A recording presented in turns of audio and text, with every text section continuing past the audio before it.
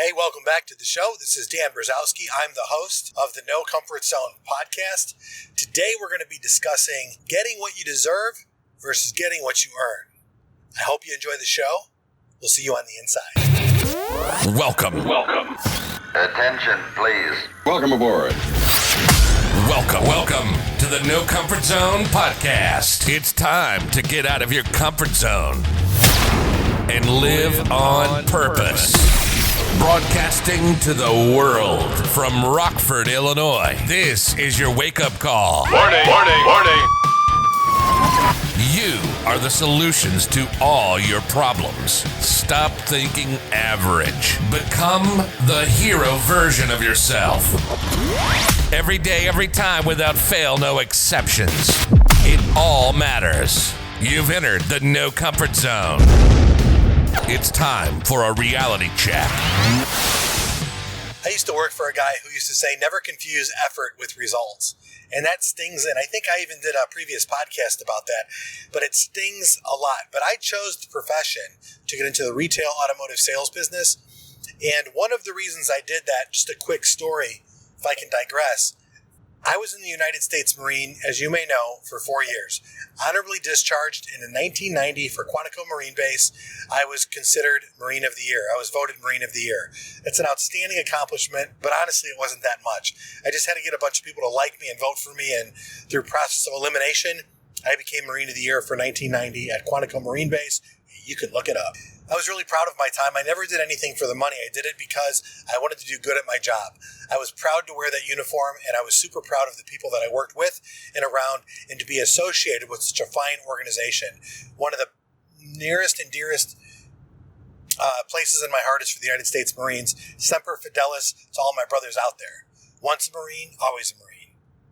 However, while I was in the Marines, I realized that the more you work, the more work they give you. I worked in an office. I was at the group reception level. And what that meant was I worked in an office, I answered telephones, and I typed orders for people that were coming into Quantico Marine Base. Whether they were going to the officer school, whether they were going to the basic school, which is an advanced officer school, staff training, NCO training, Quantico Marine Base is known as the crossroads of the Marines. At some point when you advance in leadership, you're going to have to go through Quantico because that's where all the training is. And I loved being at Quantico. That was a great time in my life. And for the 2 years I was there, I proudly served in that area for military personnel. And I worked for some pretty amazing people. And it was right around the time Desert Storm, Desert Shield. And what ended up happening as I was doing my job, we had to recall a lot of people because of what was going on over in the Middle East. And it was a really interesting time. But don't want to go too much into that area because I don't want to digress too much. But it was kind of an interesting time. And what yours truly ended up doing was I volunteered to go overseas and countless times and actually got in trouble.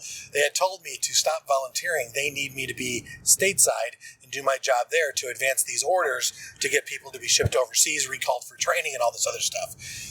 The more I worked, the more work I got. And I noticed during this time period that there were some people, especially in the summertime, I love the beach. You could ask anybody that was back there in that time. I loved hanging out at the beach. I love being in the ocean. I love being around the beach. I love being in that environment so much that later in my life, I moved to Hawaii for 4 years.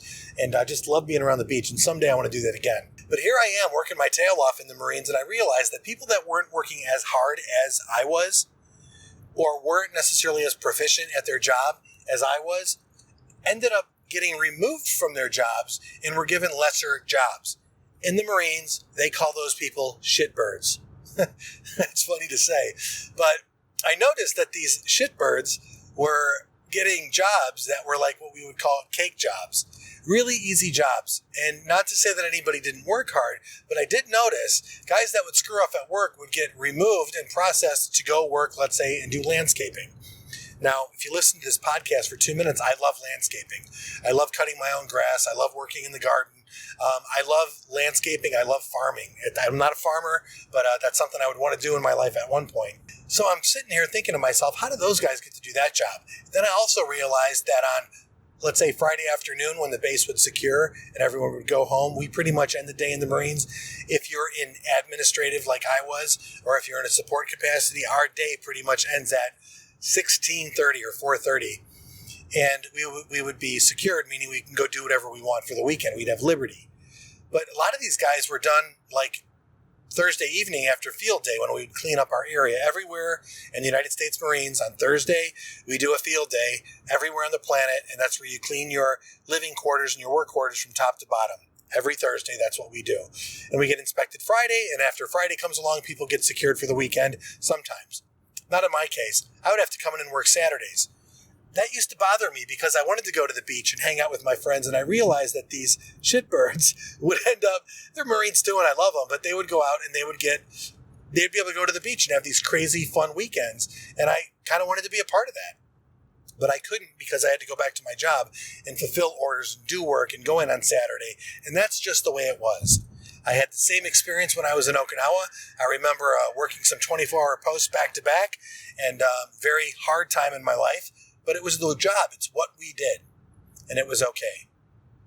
But when I was relieved of duty, honorably discharged in 1992, I decided to take a job in car sales because I firmly believed that if I took care of the customers and if I worked really hard, I would earn more money. Now, here's the problem with that. Sometimes people in that industry, shitbirds, let's call them, earn a big commission, they make a lot of money, and they have no care for their customer whatsoever. On a previous show, I interviewed Rob Hamilton, and when I talk about, he's a sales trainer, when I talk about sales ethics, what's important is that if you earn a commission, any amount, you have an obligation, you have a duty and responsibility to take care of that customer forever. You have to take care of the customer forever. I really believe that. And if you do that, then you're probably going to get more sales down the road. I wanted to earn a commission because I wanted to make a lot of money. And the price to make a lot of money means you're going to have to be in the service business and provide a service. So I spent a lot of money on my training for salesmanship, learning how to talk to people, learning how to persuade people, learning how to help people. And when you help enough people get what they want, you can get what you want in return. Great quote from Zig Ziglar, and I live by it. Be of service to others, and you'll get what you want in return. Now, in life, there's a lot of people that play the role of a victim, and here's the point of the podcast.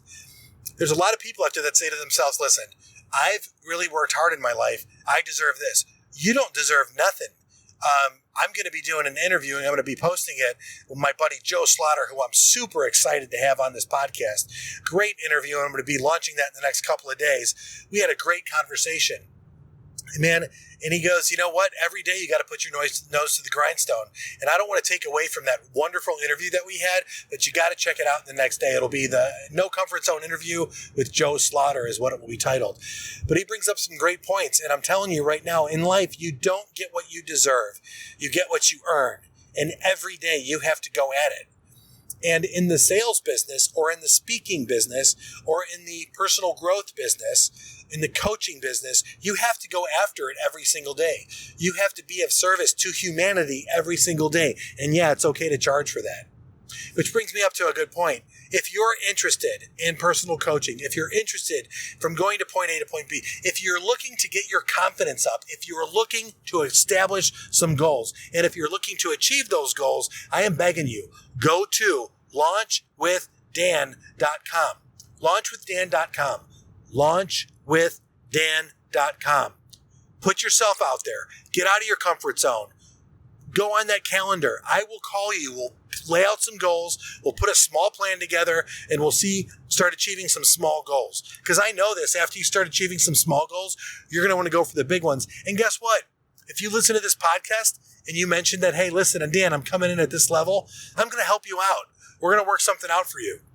Do yourself a favor. Get out of your comfort zone. Go to launchwithdan.com and start living your life on purpose, like my buddy Joe does. We'll talk more about him later. But in life, what's going to happen is you're going to get what you earn. Life begins in the results. And that is living every day on your terms to get those results. I want to share this with you in every way, in every shape, in every form that I can. In life, you get what you earn. And a lot of people are like upset because they didn't get the promotion.